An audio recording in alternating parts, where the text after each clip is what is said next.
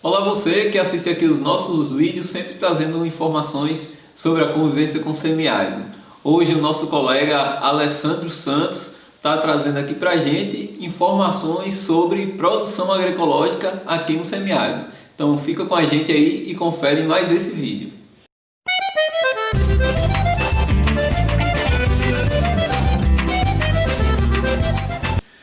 A produção agroecológica, ela envolve ter um ambiente diversificado e sustentável. Não apenas o ambiente ali, mas também tem que haver um equilíbrio entre as plantas, o solo, o recurso hídrico existente, as pessoas envolvidas, e é na agricultura familiar que a gente encontra esses elementos. A produção agroecológica, ela então respeita e leva em conta esse equilíbrio ambiental, hídrico e social. Uma característica de uma produção agroecológica é a diversidade. Nos próprios cultivos, que a gente chama de policultivo agroecológico, envolve você ter no ambiente uma diversidade de plantações, seja para alimentação autoconsumo, hortaliças ou fruteiras ou plantas forrageiras.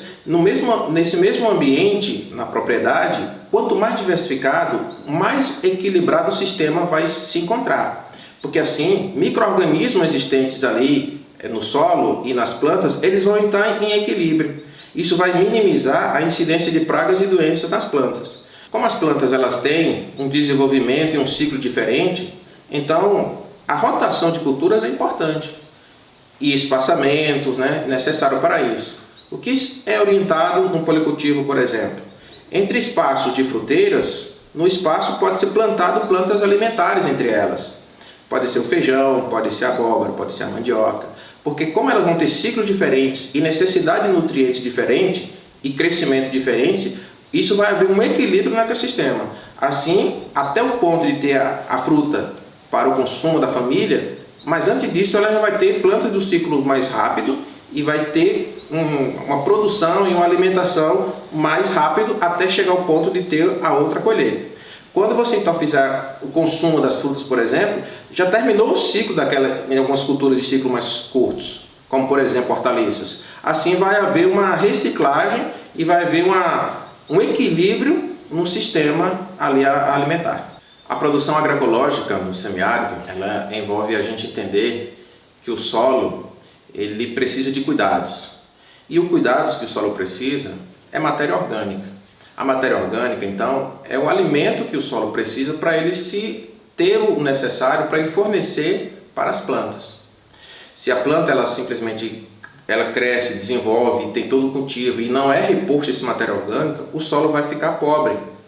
Para isso, então, a gente utiliza uma matéria orgânica, seja de origem vegetal ou seja de origem animal. É essa matéria orgânica que recompõe os nutrientes ali dentro no solo para que ele tenha sustentabilidade, que tenha condição de fornecer o alimento para as plantas e assim a planta ela vai ter uma sustentabilidade na produção, com qualidades porque os nutrientes foram repostos. Para isso, práticas agroecológicas são importantes para a gente fornecer ou devolver os nutrientes ao solo quando ele é reutilizado e quando há colheitas sucessivas. Algumas dessas práticas, elas podem ser feitas, e é o que nós sempre recomendamos, seja retirado da própria propriedade. Porque assim, a pessoa, o produtor, o agricultor, a agricultora, não precisa tirar o seu recurso financeiro para comprar um adubo químico dos mercados. A adubação, então, ela é feita na própria propriedade. A matéria orgânica de origem animal, ela pode ser conseguida através do esterco de animais que já existem na própria propriedade. Caprino ovino, aqui na nossa região, é o mais comum e mais facilmente conseguido, adquirido pelas famílias. Esse esterco, ele é uma fonte rica em matéria orgânica e de nutrientes. Ele precisa de alguns cuidados, de alguns tratamentos necessários para ser utilizado. Porque o esterco, ele, se não for bem cuidado, por exemplo, a pilha do esterco ela for muito grande, ela vai haver a formação de gases, que esses gases vão elevar a temperatura, e é esse elevar a temperatura que, se for colocado diretamente na planta, vai queimá-la e, em vez de ajudar a planta, vai prejudicar a planta e também o solo. Para que isso não aconteça, os cuidados com estercos, ele deve ser feito logo de quando ele deve ser retirado do aprisco, do curral. Ele deve ser feito esse cuidado toda semana e o local em que ele deve ser armazenado, ele deve ser distante de qualquer fonte hídrica. Também deve ter o cuidado de não ficar a favor do vento, porque aí esse resíduo dele, ele vai correr muita distância. Então é importante que ele fique no local que, se possível, tenha uma certa impedimento, uma barreira, para que o vento não disperse ele e não vá também para a fonte hídrica. Esse é um primeiro cuidado, que é a localização do esterco.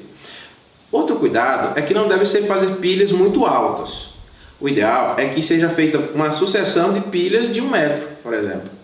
Pilhas de 1 metro, e se o material for maior, faz outra pilha de 1 metro. Assim, evita que um acúmulo muito grande e o aumento do gás e da temperatura desse material.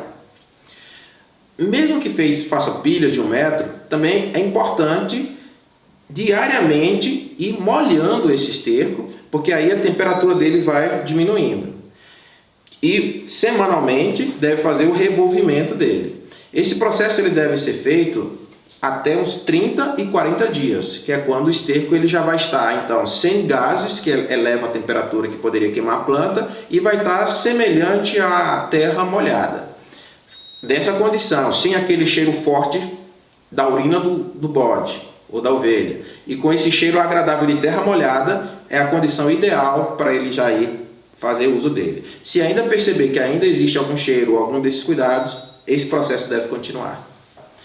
Para que a produção agroecológica ela se desenvolva, existem técnicas ou práticas agroecológicas que facilitam muito a vida do agricultor e da família, que dessa forma ele vai conseguir, na sua própria propriedade, desenvolver atividades e práticas com os recursos ali existentes. Uma delas é a compostagem.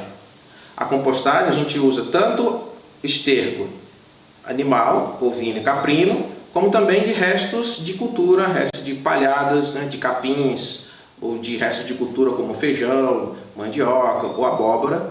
Pode ser passado então na forrageira, essa palhada ou esses restos de composto, restos de cultura.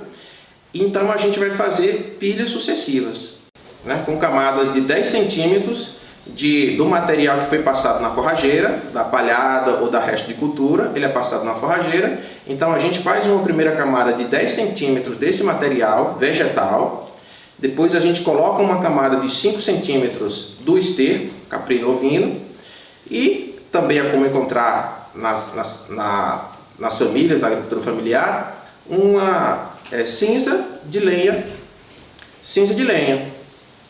Essa cinza você também, depois do esterco, você pode então colocar em cima do esterco. Esse processo agora ele é repetido nessa pilha.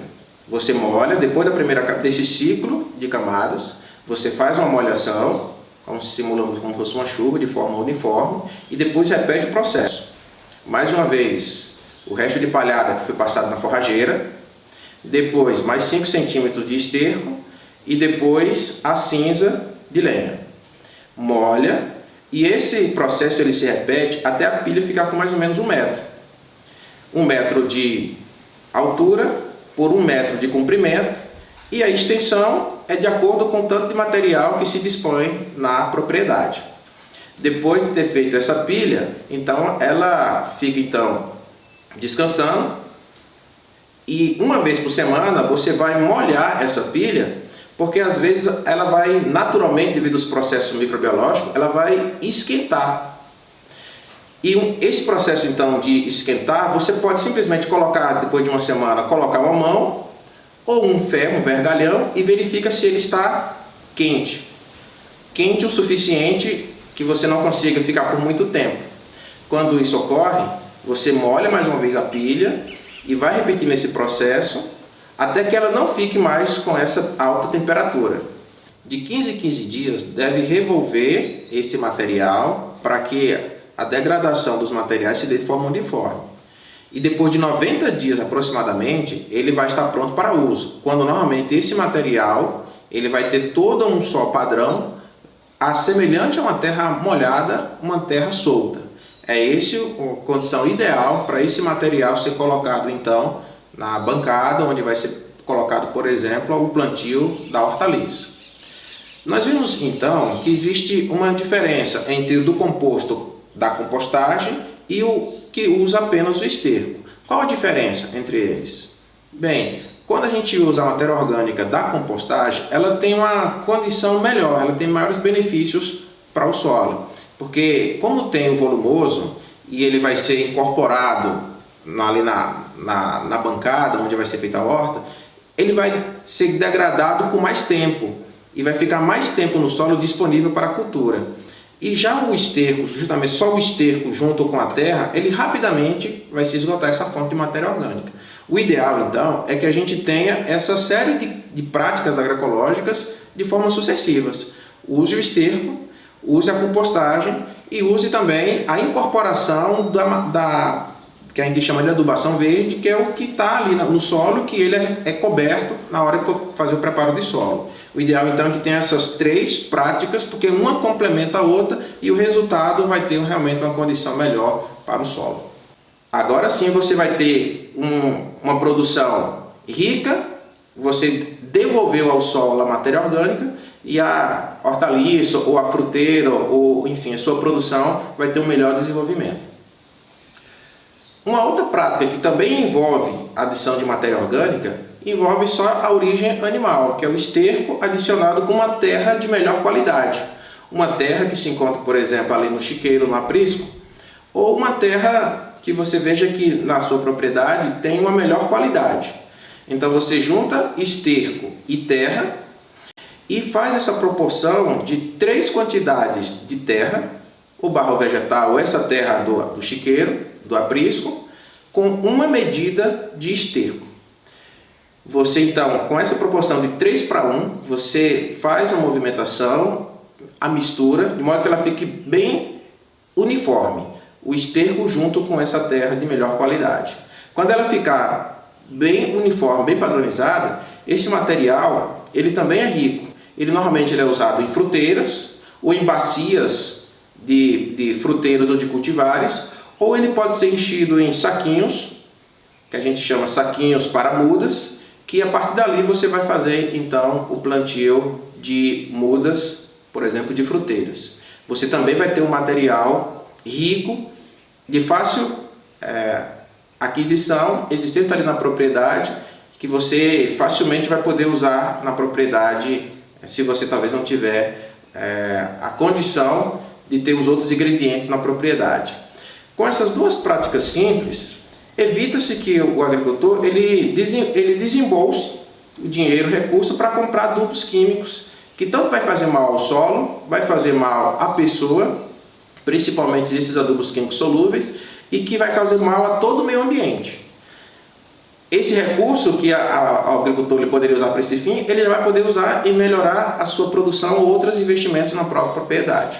Até a Distância é uma adaptação das atividades de assistência técnica e extensão rural do Bahia Produtiva, projeto do Governo do Estado da Bahia por meio da Secretaria de Desenvolvimento Rural do Estado da Bahia, executado pela CAR, Companhia de Desenvolvimento e Ação Regional, com recursos provenientes de acordo de empréstimo com o Banco Mundial.